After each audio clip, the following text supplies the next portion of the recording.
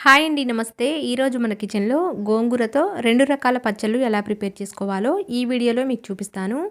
ఎర్ర గోంగూరతో పచ్చడి ప్రిపేర్ చేయడం కోసం ముందుగా స్టవ్ మీద ఒక పాత్రని పెట్టి కారానికి తగినన్ని ఎర్ర మిరపకాయలని ఇలా తొడిమెలు తీసి వేశాను. గ్యాస్‌ని లో ఫ్లేమ్‌లో పెట్టేసి ముందుగా ఒక 2 నిమిషాల పాటు ఇలా వేగనివ్వాలి. ఆ తర్వాత కొంచెం మాత్రమే నూనెని వేయాలి. ఇలా చక్కగా కలిపేసిన తర్వాత ఇప్పుడు కొంచెం ధనియాలని వేస్తున్నాను. అలాగే కొంచెం మెంతులని కూడా వేస్తున్నాను. ఆ తర్వాత కొంచెం జీలకర్రని, నెక్స్ట్ కొంచెం కరివేపాకును కూడా వేసేసి అంతా కూడా కలిపేస్తున్నాను. ఇక్కడ మనం తీసుకున్న ఇంగ్రీడియంట్స్ అన్నీ కూడా లో ఫ్లేమ్లో పెట్టి వేయించుకుంటేనే ఫ్లేవర్స్ అనేవి చక్కగా వస్తాయి. అప్పుడే పచ్చడి రుచిగా ప్రిపేర్ అవుతుంది. ఇక్కడ వీడియోలో చూపిస్తున్న విధంగా ఇలా చక్కగా వేగిన తర్వాత ఇప్పుడు స్టవ్ ఆఫ్ చేసేసి వీటిని వేరొక ప్లేట్లోకి తీసుకుంటున్నాను. వేరొక ప్లేట్లోకి తీసుకొని కొద్దిసేపు చల్లారనివ్వాలి. నెక్స్ట్ ఇప్పుడు ఈ ప్లేట్ని పక్కన పెట్టేసి ఇదే పాత్రలోకి కొంచెం నూనెని వేస్తున్నాను. ఆ తర్వాత ముందుగానే నీట్గా క్లీన్ చేసి పెట్టుకున్న గోంగూరని వేస్తున్నాను. ఇక్కడ నేను పచ్చడి కోసం పుల్లటి గోంగూరని తీసుకున్నాను. గోంగూర అంతా కూడా ఇలా వేసేసి లో ఫ్లేమ్లో పెట్టి మాత్రమే ఉడికించాలి. కొద్దిసేపు ఇలా మూత పెట్టి ఉడికిస్తే గోంగూర చక్కగా ఉడుకుతుంది. ఇక్కడ చూడండి, అడుగున ఉన్న గోంగూర చక్కగా మగ్గుతుంది కదా. అంతా కూడా ఇలా ఒకసారి కలిపేసిన తర్వాత ఇప్పుడు కొంచెం ఉప్పుని వేసేయాలి. అలాగే కొంచెం పసుపును కూడా వేసేయాలి. ఇలా ఉప్పు పసుపు వేసి మూత పెట్టకుండానే లో ఫ్లేమ్లో మరి కొద్దిసేపు ఉడికిస్తే గోంగూర చక్కగా ఉడుకుతుంది.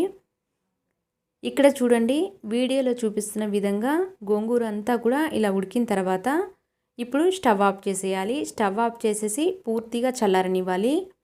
ఈ గోంగూర చల్లారేలోపు మనం ముందుగా వేయించి పెట్టుకున్న మిరపకాయల్ని మిక్సీ పట్టుకోవాలి. మిరపకాయలన్నిటినీ కూడా ఇలా మిక్సీ జార్లో వేసేసి రుచికి తగినంత ఉప్పును వేసేయాలి. మనం గోంగూర ఉడికించేటప్పుడు కొంచెం ఉప్పును వేసాం కదా, ఇప్పుడు చూసుకొని వేసేయాలి. ఉప్పు వేసి ఇప్పుడు మెత్తగా బ్లెండ్ చేయాలి. మరీ మెత్తగా కాకుండా ఇక్కడ వీడియోలో చూపిస్తున్న విధంగా ఇలా చక్కగా మిక్సీ పట్టిన తర్వాత కొన్ని వెల్లుల్లి రెబ్బలని వేశాను.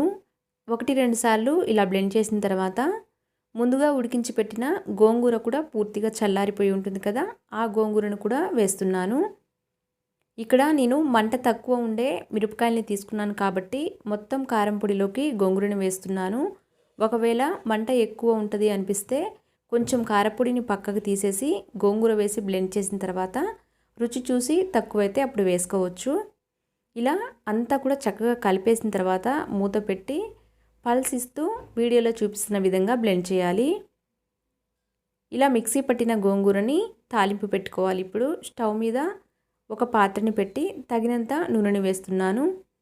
ఇలా నూనె వేడైన తర్వాత కొన్ని తాలింపు గింజలని వేశాను. ఆ తర్వాత కొన్ని మిరపకాయలని 2-3 వరకు వెల్లుల్లి రెబ్బలని ఇలా దంచి వేశాను. నెక్స్ట్ కొంచెం కరివేపాకును కూడా వేసేసి తాలింపు చక్కగా వేగనివ్వాలి. లో ఫ్లేమ్లో పెట్టి మాత్రమే ఈ తాలింపుని వేయించుకోవాలి. ఇలా వీడియోలో చూపిస్తున్న విధంగా చక్కగా వేగిన తర్వాత ఇప్పుడు కొంచెం ఇంగువని వేస్తున్నాను. ఇంగువ వేయడం వల్ల పచ్చడి ఫ్లేవర్ అనేది చాలా బాగా వస్తుంది.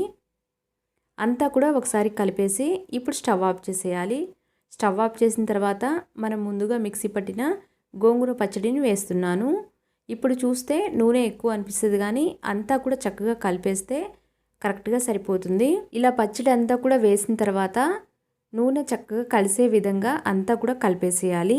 ఇలా ప్రిపేర్ చేసిన ఈ గోంగూర పచ్చడి వారం రోజుల వరకు అస్సలు పాడవదు, చాలా రుచిగా ఉంటుంది. ఇక్కడ చూడండి, కొద్దిసేపు చల్లారిన తర్వాత చూపిస్తున్నాను. నూనె అంతా కూడా పచ్చడిలో కరెక్ట్గా సరిపోయింది. నెక్స్ట్ ఇప్పుడు ఈ పచ్చడిని పక్కన పెట్టేసి సంవత్సరం పాటు నిల్వ ఉండే పులిహోర గోంగూరని ఎలా ప్రిపేర్ చేయాలో ఇప్పుడు చూపిస్తాను. ఇక్కడ నేను 1/2 కిలో వరకు తెల్ల గోంగూరని తీసుకున్నాను. ఈ గోంగూరని 1-2 సార్లు నీళ్ళల్లో శుభ్రంగా కడిగి ఆకులో ఎక్కడా కూడా తడి లేకుండా పూర్తిగా ఆరనివ్వాలి. 4-5 గంటల పాటు ఎండలో ఆరనిస్తే ఇలా చక్కగా వడబడుతుంది. 1/2 కిలో గోంగూరకి ఇక్కడ నేను 100 గ్రాముల వరకు చింతపండుని తీసుకున్నాను. చింతపండులో పిక్కలు పీచు ఏమీ లేకుండా ఇలా నీట్గా తీసుకొని 1-2 సార్లు నీళ్ళలో చక్కగా కడిగి మళ్ళీ నీళ్లు పోసి ఈ చింతపండుని నానబెట్టాలి. 1/2 కిలో గోంగూరకి 100 గ్రాముల నుంచి 120 గ్రాముల వరకు చింతపండు తీసుకోవచ్చు. నెక్స్ట్ ఇప్పుడు చింతపండు నానేలోపు ఒక కడాయిలోకి కొంచెం నూనెని తీసుకున్నాను. కారానికి తగినన్ని ఎర్రమిరపకాయలని తీసుకున్నాను. హాఫ్ కిలో గోంగూరకి ఇక్కడ నేను 100 గ్రాముల వరకు మిరపకాయలని తీసుకున్నాను. 100 గ్రాముల నుంచి 120 గ్రాముల వరకు తీసుకోవచ్చు తినే కారాన్ని బట్టి. కొంచెం జీలకర్ర వేసి గ్యాస్ని లో ఫ్లేమ్లో పెట్టి మాత్రమే మిరపకాయలని చక్కగా వేగనివ్వాలి. ఇక్కడ నేను మిరపకాయలని ఇలా మధ్యలోకి తుంచి వేశాను కదా, ఇలా వేయడం వల్ల లోపల ఉన్న గింజలు కూడా చక్కగా వేగుతాయి. వీడియోలో చూపిస్తున్న విధంగా మిరపకాయలన్నీ కూడా ఇలా చక్కగా వేగిన తర్వాత ఇప్పుడు స్టవ్ ఆఫ్ చేసేసి వీటిని ఒక ప్లేట్లోకి తీసుకొని పూర్తిగా చల్లారనివ్వాలి. నెక్స్ట్ ఇప్పుడు ఇదే కడాయిలోకి మరికొంచెం నూనెని వేసి ముందుగా నీట్గా క్లీన్ చేసి పెట్టిన గోంగూరని వేసి చక్కగా వేగనివ్వాలి.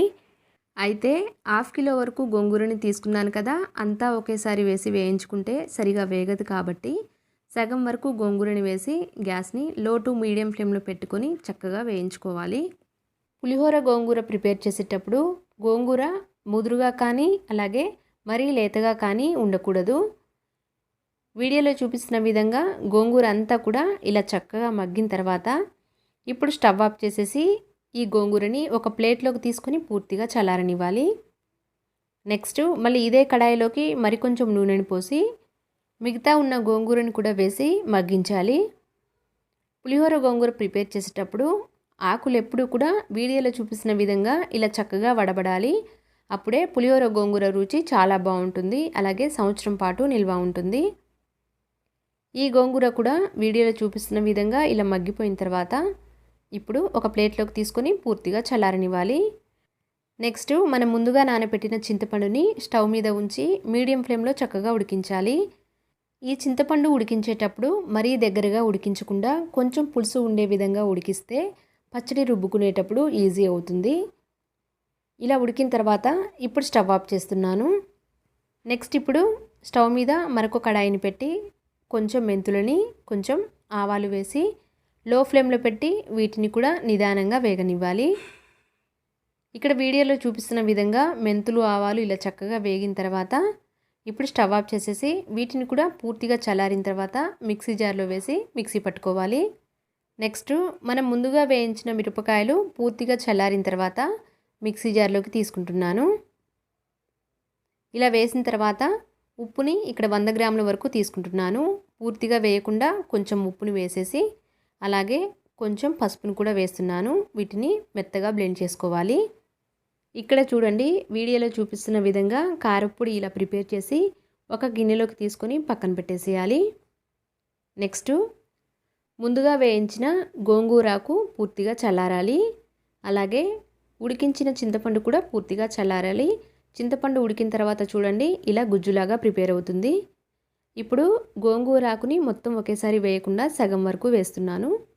అలాగే 100 గ్రాముల ఉప్పు తీసుకున్నాను కదా, ముందు కారపొడిలో కొంచెం వేశాను, అలాగే కొంచెం ఇప్పుడు వేసేసేయాలి. కొన్ని వెల్లుల్లి రెబ్బలు అలాగే చింతపండు సగం వరకు వేసి మిగతా సగం పక్కన పెట్టేసేయాలి.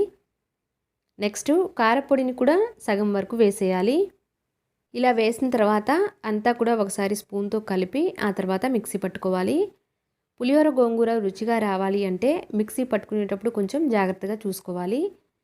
మధ్య మధ్యలో ఆపుకుంటూ గోంగూరని చక్కగా మిక్సీ పట్టాలి. ఇక్కడ చూడండి వీడియోలో చూపిస్తున్న విధంగా ఇలా మెదగాలి. అంటే అక్కడక్కడ ఆకు తగలాలి, కానీ మరీ ఆకులా ఉండకూడదు, అలాగని మెత్తగా కూడా ఉండకూడదు. ఇలా ఉంటే పులిహోర గోంగూర రుచి చాలా బాగుంటుంది.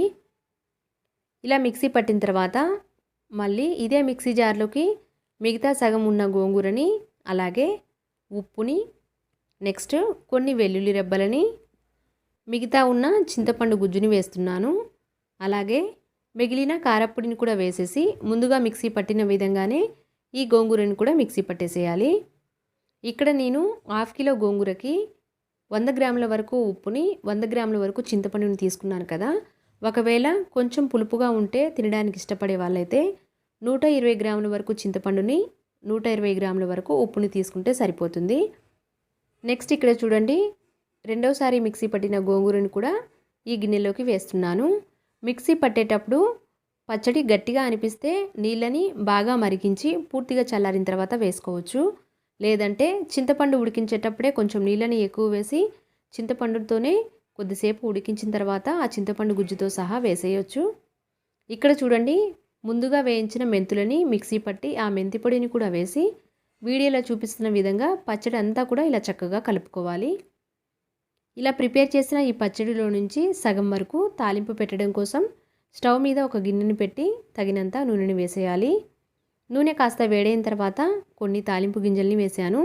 ఆ తర్వాత 5-6 వరకు వెల్లుల్లి రెబ్బల్ని కూడా వేసేయాలి. నెక్స్ట్ కొన్ని ఎండుమిరపకాయలని అలాగే కొంచెం కరివేపాకును కూడా వేసి తాలింపుని చక్కగా వేగనివ్వాలి. ఇక్కడ నేను సగం వరకే పచ్చడికి పోపు పెడుతున్నాను. అదే 1/2 కిలో పచ్చడి పోపు పెట్టడానికి 1/4 కిలో వరకు నూనె పడుతుంది. ఇక్కడ నేను సగం పచ్చడికే తాలింపు పెడుతున్నాను కాబట్టి దానికి తగ్గట్టుగా నూనెని వేశాను. పోపు ఇలా చక్కగా వేగిన తర్వాత కొంచెం ఇంగువను వేసి అంతా కూడా కలిపి స్టవ్ ఆఫ్ చేసుకోవాలి. ఇప్పుడు ముందుగా మిక్సీ పట్టిన పచ్చడిని సగం వరకు వేస్తున్నాను. నూనెకి తగినంత పచ్చడిని వేసి చక్కగా కలుపుకుంటే పులిహోర గోంగూర చాలా రుచిగా ప్రిపేర్ అవుతుంది. పచ్చడి ఏమైనా మీకు గట్టిగా అనిపిస్తే పచ్చడి రుబ్బుకునేటప్పుడు నీళ్ళని కొంచెం వేడి చేసి పూర్తిగా చల్లారిన తర్వాత వేసుకొని పచ్చడిని మెత్తగా రుబ్బుకోవచ్చు. నాకైతే ముందుగా చింతపండులో నీళ్ళని వేసి నానబెట్టాం కదా, ఆ నీళ్ళతోనే పచ్చడి అంతా కూడా చక్కగా గ్రైండ్ అయింది. ఇక్కడ చూడండి, పచ్చడి అంతా కూడా కలిపిన తర్వాత ఇలా ప్రిపేర్ అయింది. ఇప్పుడు ఈ పచ్చడి పూర్తిగా చల్లారిన తర్వాత ఒక గాజు సీసాలో కానీ జాడీలో కానీ పెట్టుకుని స్టోర్ చేసుకుంటే అప్పుడప్పుడు వేసుకుని తింటే అన్నంలో చాలా బాగుంటుంది. వేడివేడి అన్నంలోకి ఈ కాస్త గోంగూర పచ్చడిని కొంచెం నెయ్యి వేసుకుని తింటే చాలా రుచిగా ఉంటుంది. పులిహోర గోంగూర సంవత్సరం పాటు నిల్వ ఉండాలి అంటే ఆకు కడిగిన తర్వాత ఒక పూటంతా కూడా ఎండలో చక్కగా ఎండపెట్టాలి.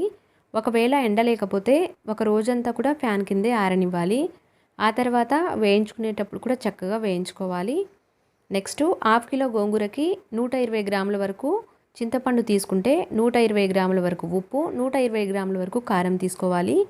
అదే 100 గ్రాముల వరకు చింతపండుని తీసుకుంటే ఉప్పు కారం కూడా 100 గ్రాముల వరకు తీసుకుంటే పులిహోర గోంగూర చాలా రుచిగా ప్రిపేర్ అవుతుంది.